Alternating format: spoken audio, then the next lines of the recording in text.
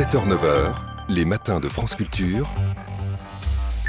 Guillaume Erner. La question du jour, le 4 mai 2021, Shahinez Daoud, une mère de famille de 31 ans, succombait à ses blessures après avoir été blessée par balle et immolée par le feu en pleine rue par son mari, déjà connu des autorités pour des faits de violence. Le résultat de graves dysfonctionnements selon un rapport remis mercredi au gouvernement qui annonce dans la foulée une nouvelle série de mesures pour lutter contre les féminicides. Bonjour Zoé Royaux. Bonjour. Vous êtes avocate pénaliste, porte-parole de la Fondation des femmes. En quoi consistent ces recommandations remises mercredi donc au gouvernement ?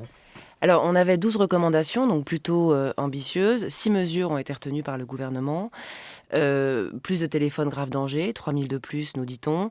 Une fusion des fichiers police-justice, donc pour évaluer le danger encouru par la victime. Également renforcer le contrôle pour la détention et l'acquisition des armes à feu. Un fichier aussi d'auteurs de violences conjugales, un peu sur le même fondement que le fichier des auteurs de violences sexuelles. Plus de bracelets anti-rapprochement et puis une expertise psychiatrique ou psychologique lors d'un aménagement de peine si l'individu est détenu. Donc, dans quel but ? Dans quel but ? De pouvoir voir si jamais il a compris la gravité des faits qu'il a commis, s'il regrette, ça ne veut pas dire grand-chose, mais quand même, en tout cas, s'il a compris ce qui s'était passé, voilà. Ben oui, parce que, hélas, il n'y a pas d'études sur les auteurs de ces actes, mais on a l'impression, maître Royaux, qu'il y a une régularité observable, c'est le fait qu'on a souvent affaire à des signaux faibles chez ces hommes avant qu'ils passent à l'acte. On voit qu'il y a une succession de faits qui pourraient peut-être être déjà des signaux d'alerte. Qui devrait nous alerter si on comprenait exactement ce qu'étaient les violences conjugales. On s'imagine que ce sont des violences uniquement physiques, celles qu'on peut repérer, alors qu'en fait elles commencent d'abord par des violences psychologiques, donc il y a un climat qui s'installe, c'est aussi des violences sexuelles, économiques, parentales, et pour pouvoir les repérer, il faut être formé pour ça, donc les policiers, les gendarmes, qui sont les premiers interlocuteurs, doivent être formés pour pouvoir repérer ces violences-là et éventuellement agir à temps, et pas uniquement trop tard, comme on le fait pour l'instant. Dans le cas de Shahinez Daoud, dont j'ai parlé en introduction, c'est au moment de la rupture. Ça semble être aussi un moment en particulier. Oui, c'est toujours le cas, c'est souvent le cas en tous les cas lors de la séparation, quand tout d'un coup sa victime échappe à l'agresseur, lui peut à ce moment-là développer une violence particulièrement importante. On le sait, donc c'est des moments où il faut être particulièrement présent pour les professionnels de la justice. Et alors, pour vous, maître, ce crime était particulièrement évitable, c'est-à-dire qu'il y avait des signes qui auraient tout à fait permis de faire en sorte que cette femme soit toujours vivante. Mais bien sûr, et malheureusement, ce crime, comme les autres, en réalité, c'est toujours un peu le même schéma.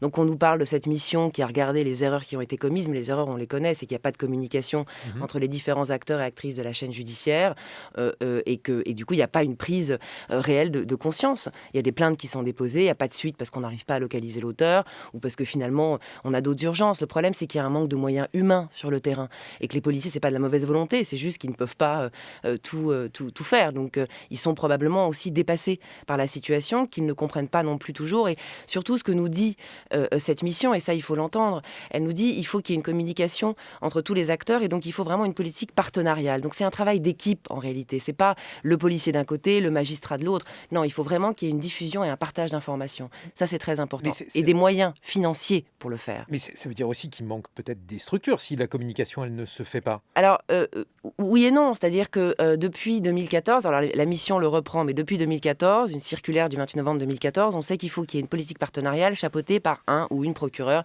dans chaque parquet de France qui sera un référent violence conjugale. Ça a été repris dans la loi post-Grenelle, donc on le sait, sauf que ça, effectivement, ça n'existe pas. Mais pour ça, il faut des moyens financiers pour engager plus de gens sur le terrain. Donc il faut un budget. Et d'ailleurs, vous verrez que c'est le grand absent de cette mission et des mesures gouvernementales. On ne parle à aucun moment d'argent et des moyens qu'on va allouer pour renforcer la lutte contre les violences sexuelles et sexistes, en l'occurrence les violences conjugales. Il y a un pays qui semble faire mieux que nous dans ce domaine, c'est l'Espagne. Qu'est-ce qui se passe en Espagne, maître Royaux ? En Espagne, il y a d'abord une politique pénale qui est beaucoup plus efficace, beaucoup plus réactive.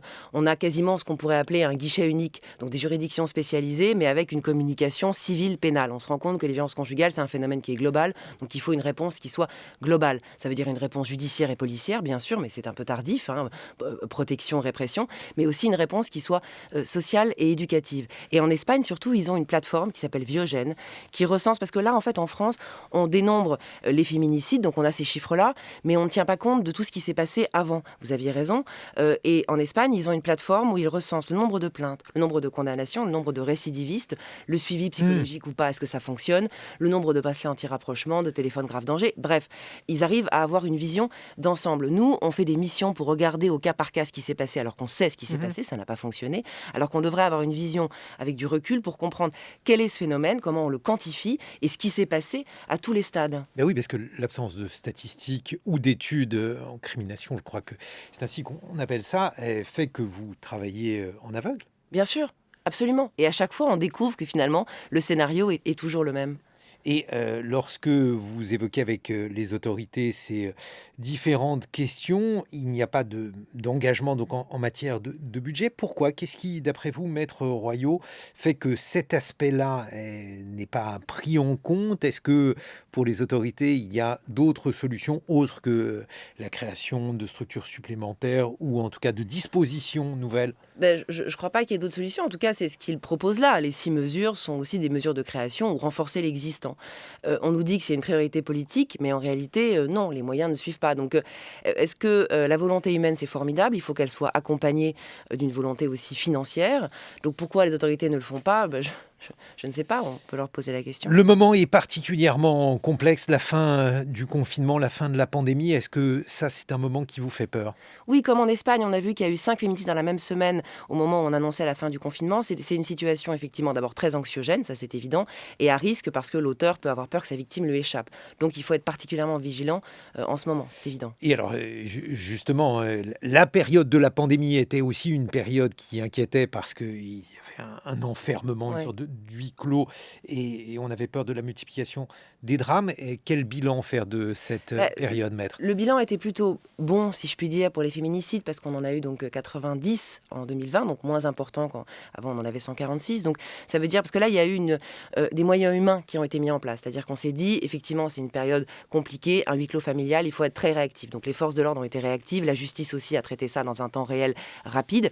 Les violences ont augmenté, on a eu plus 30% de violences, parce qu'il y avait ce huis clos, mais moins de féminicides. Ça veut dire que quand on se donne les moyens humains et financiers de réagir de manière efficace, ça fonctionne. Donc il faut rester...